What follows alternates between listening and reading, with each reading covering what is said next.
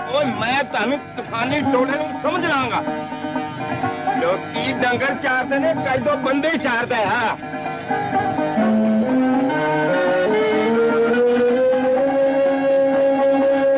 ਹੀਰੇ ਕੀ ਹੈ ਚਾਚਾ? ਸੁੱਤਿਆਂ ਕੱਪੜੇ ਵੀ ਬਦਲ ਲੈ ਨੀ। ਹੈ ਤੂੰ ਤੇ ਬੰਦੇ ਚਾਰਦਾ ਸੈਂ ਕਦੋਂ, ਪਰ ਅੱਜ ਇਹ ਕੁੜੀਆਂ ਤੈਨੂੰ ਚਾਰ ਗਈਆਂ ਨੇ। ਹਲਾ ਕੋਈ ਗੱਲ ਨਹੀਂ ਹੈ। ਉਹ ਧੀਆਂ ਪਿਓਾਂ ਨੂੰ ਮਜ਼ਾਕਾਂ ਕਰਦੀਆਂ ਨੇ। ਦੁਨੀਆ ਗਰਕ ਹੋਣ ਤੇ ਆਈ ਹੋਈ ਏ ਭਾਈਆ ਚੂਚਕਾ।